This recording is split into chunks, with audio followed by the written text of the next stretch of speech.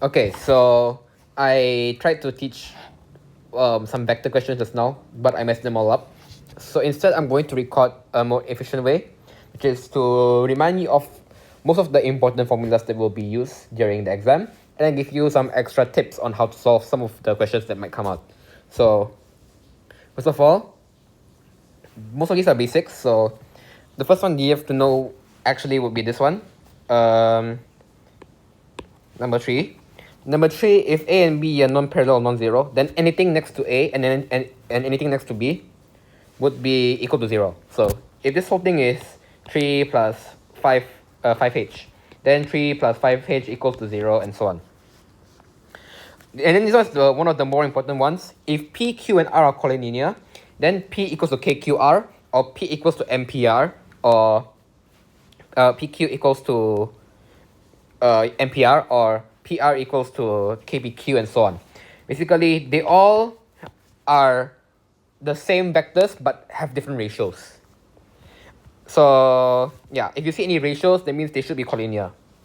Next will be resultant vectors. This one is very easy.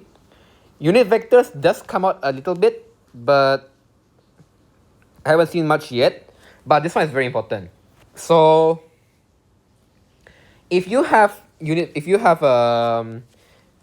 plus yj, if you have I and j as your vectors, because I and j are the unit vectors of the x and y axis. So since they have a 90-degree gap, if you were to if a 90-degree gap, and the magnitude of this is 1, so you can use the numbers next to them and use Pythagoras theorem to find its actual magnitude, or the length as we call it. Next would be the division point, which is this, but I prefer using this, and this one's very important, the midpoint theorem. But it's NA plus MB over N plus M. And this one is what many people don't know, and many people actually are confused. So let's say you have two sides, A and B, but you want to find this. So this A. So this is this is what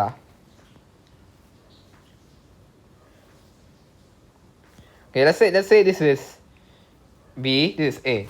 So your whole thing will be A plus B. So this is A plus B, right? So how do you find A plus B? Or maybe if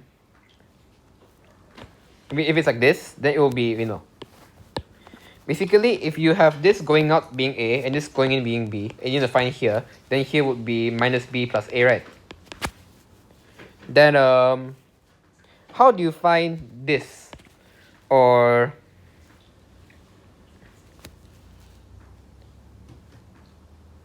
how do you find this? Or how do you find if they're going like this, so it's A plus B, right? How do you find the magnitude of those? So you realize that these two can be used as your side lengths, or side lengths, side magnitudes. And with that, you can actually find the length of the side using cosine rule. It's like if you have length in a triangle, then you can find the other side using cosine rule. And it's the same formula, because vectors have magnitudes, and they remember, like the physics in a triangle, it is the same as that, because force is a vector quantity, so it obeys this thing as well. So yeah, if you get like A plus B, or minus B plus A, or minus A minus B, it doesn't actually matter, because magnitude is in positive anyway.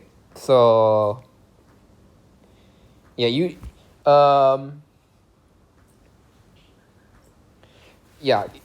just use the cosine rule and make sure that you know what this thing is.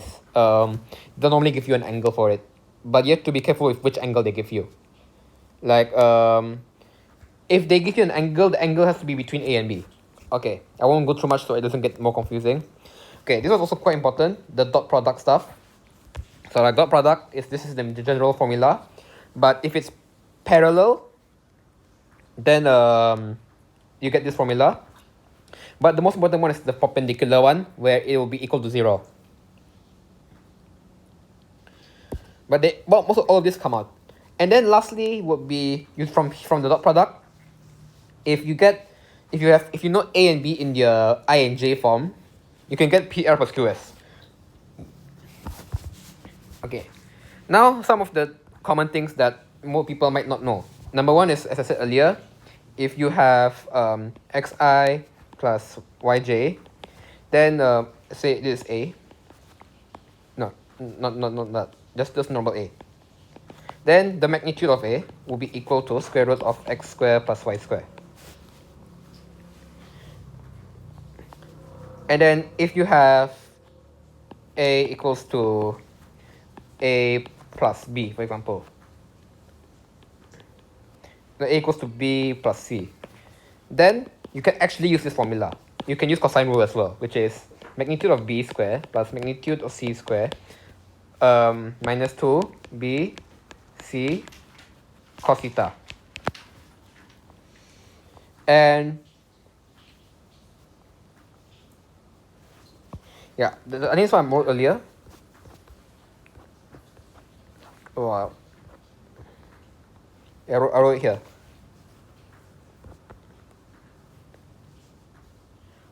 Or if it's let's say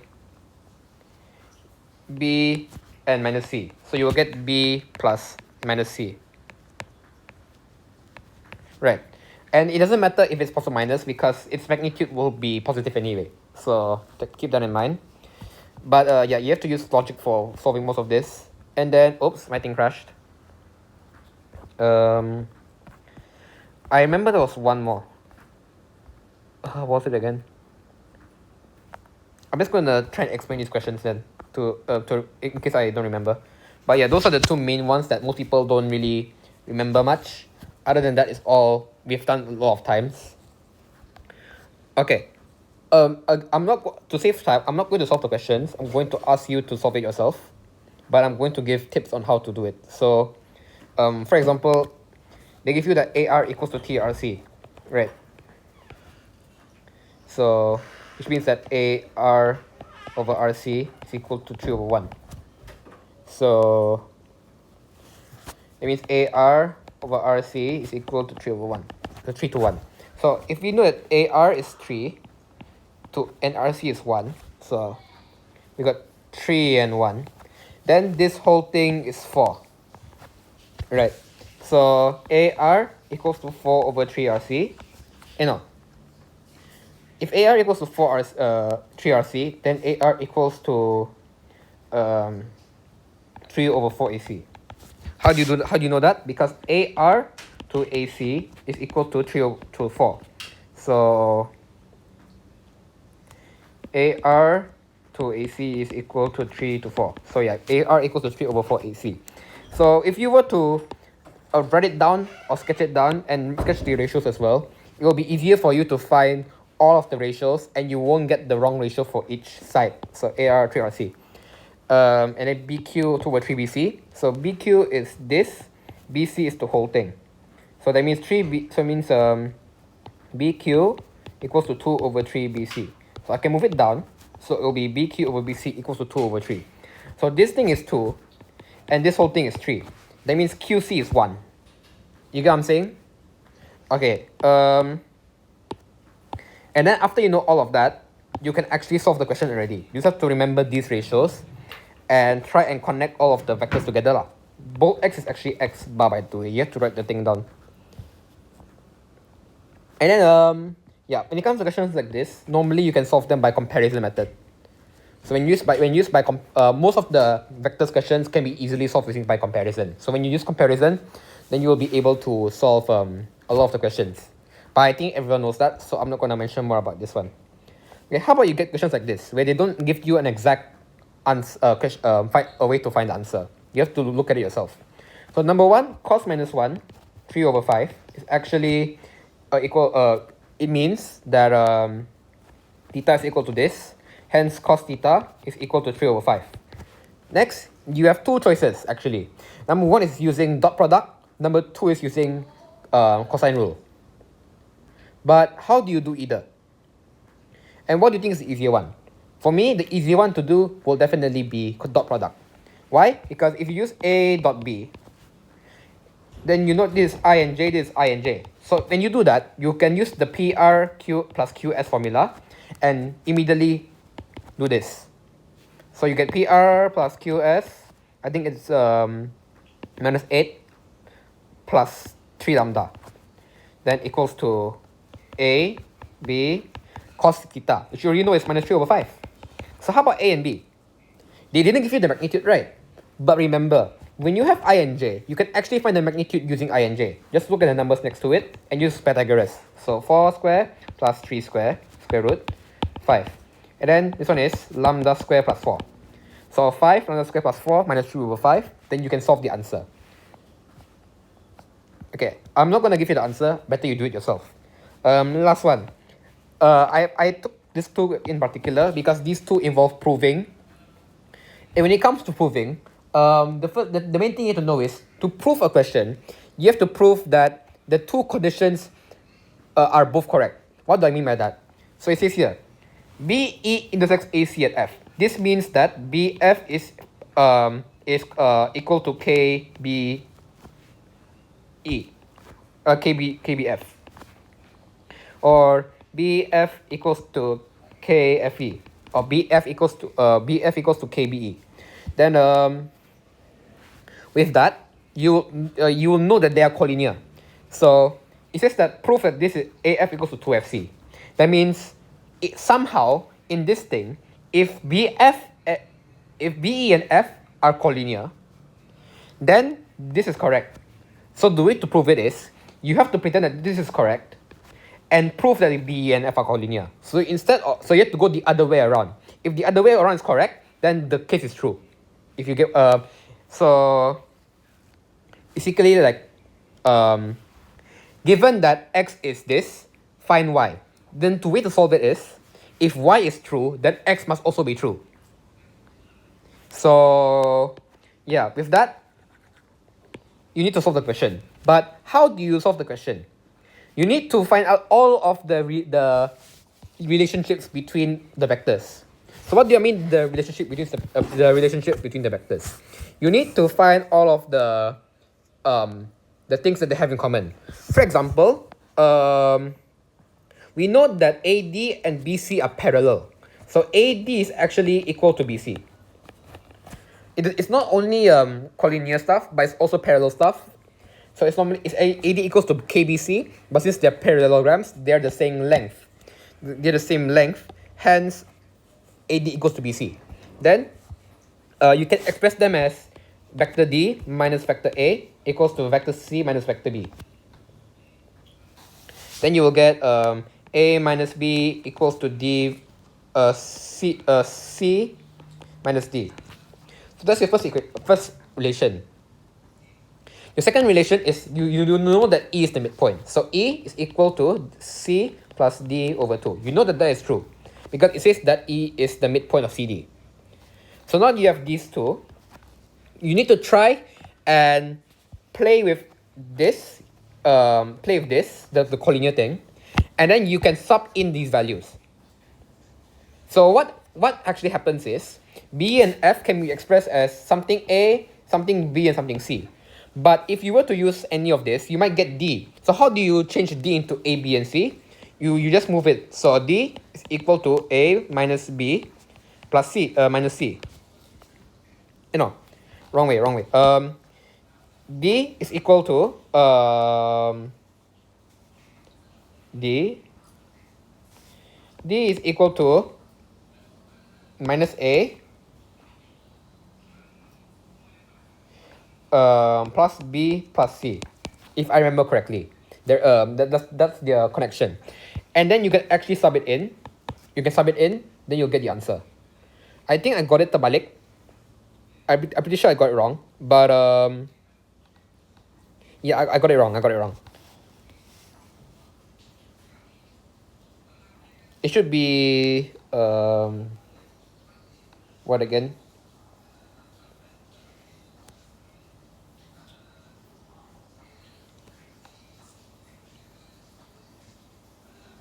It should be B minus A equals to C minus D. But yeah, I made a mistake there. But that's the thing you have to get. You need to try and find the relationships, find like the midpoint punya equation, and then try to find the parallel line punya equation, and then you can use those to find the answer. So let me just do number 3 as an example. How do I prove that Mn equals to 1 over 2 AB plus CD? Okay, first of all, Wait, how to do this again? Okay, we know that M is equal to A plus D over 2. And N is equal to B plus C over 2. Right, because they are both midpoints.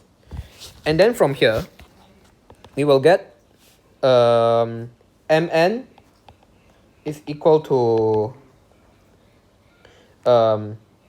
N minus M. Right. If you don't get what I mean, you can pretend there's an origin here. This is O. So NO, MO plus ON. But it's better for you to just write down the vector letters, which is just small m and small n with a bar at the bottom. So from here, Mn equals to n bar minus m bar, which is this. Then you will get, I think it was 1 over 2 b plus c minus a minus d. Then you will get 1 over 2 b minus a plus c minus d. See where I'm going from here? B minus a and c minus d. B minus a is ab. And c minus d is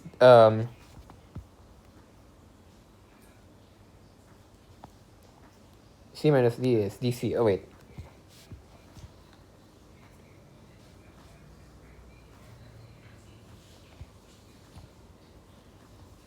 I think...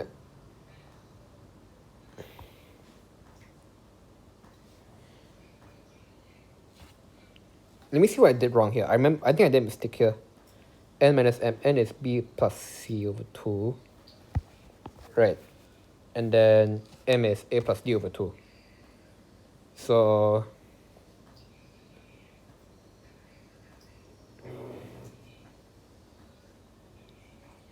oh, wait.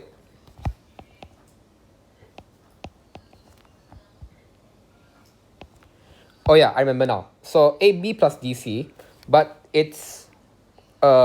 since here it's not vector, it doesn't matter whether it's CD or DC, it still has the same magnitude. So, Mn does equal to 1 over 2 AB plus CD. So, this one's correct. And then how do you prove that Mn equals to AB? You have to prove that Mn somehow equals to KAB. But how do you prove that Mn somehow equals to KAB?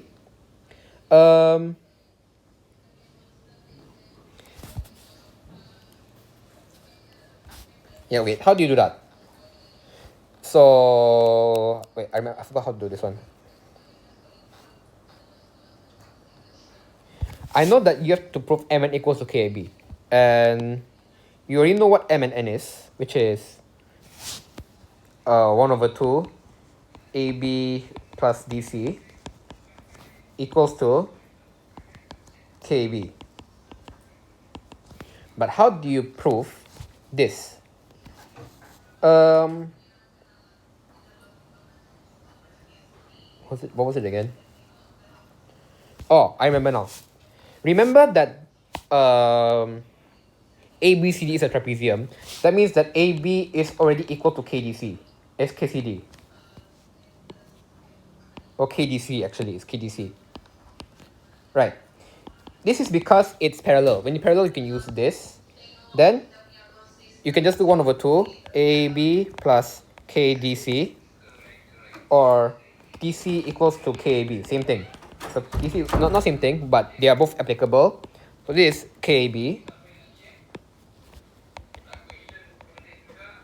Then you will get K plus 1, I think. So you will get K plus 1 over 2 AB. Since this exists, since we have a relationship between AB and Mn, that makes them parallel. So that's why you can prove it.